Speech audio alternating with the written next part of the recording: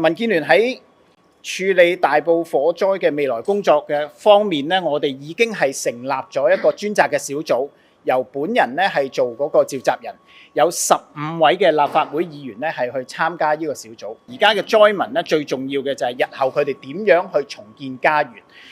因為大家都睇到咧，其實重建家園個時間咧，可能都係會比較長，可能2年、3年都唔定。咁所以如果而家嘅居民佢單純係咁樣住喺而家呢啲過渡性房屋裏面咧，其實個環境咧就比較艱難。我哋甚至乎收到有啲災民同我哋講咧，3-4個人住喺150尺嘅過渡性房屋裏面咧，對佢哋嘅生活咧係會造成一個影響。有啲人甚至乎係即係情緒咧就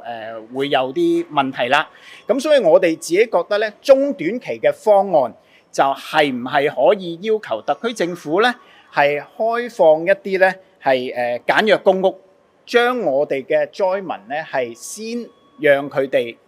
搬進嗰啲咁嘅地方去住。我覺得呢個係中短期一個比較合適嘅方案嚟嘅。另外咧就係安置同埋賠償咧，我哋覺得係要以居民為本，尊重居民嘅選擇。咁以下落嚟咧，我哋就提出咗咧係5個安置嘅方案，有4個重建嘅選址。居民佢哋嘅期望咧係有5大類嘅。第一個咧就係佢可能已經唔想再等重建，佢想即時就攞到一啲嘅現金喺其他地方買樓。咁所以咧，我哋覺得咧喺呢一方面嘅災民嚟講咧，佢可以將自己嘅業權賣翻俾房委會，然之後攞翻一筆錢咧，就可以即時地咧喺大埔又好，或者其他地方咧，佢租樓又好，或者係去買嗰一啲嘅新嘅居所去住。咁呢個係第一個方案。跟住我想講咧，第2個方案咧係換樓，居屋換居屋，即係話將佢現有宏福苑嘅居屋業權交翻俾政府，然之後佢抽到居屋就去買。第3個咧就係有啲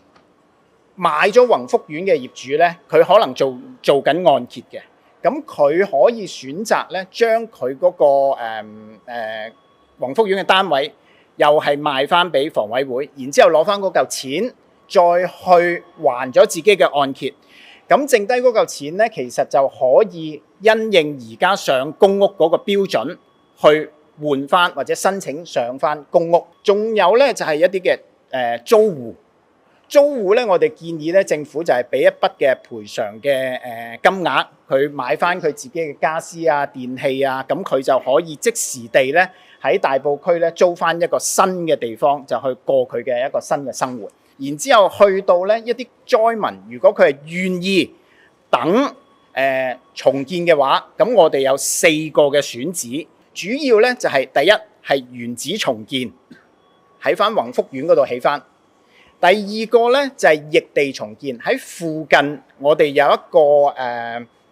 廣福公園嘅位置係可以重建到嘅。第3咧，其實喺呢個富蝶村嘅第3期公屋裏面咧，亦都係起緊，同埋已經打咗地基。咁呢個方案咧就係最快嘅，但係咧單位數量未必係最多，大約係1000個單位。第4個咧就係我之前所講嘅啦，就係嗰個建造業學院嗰個用地，嗰個最大。不過咧就可能交通或者其他嘅設施咧，就要做一啲嘅配套。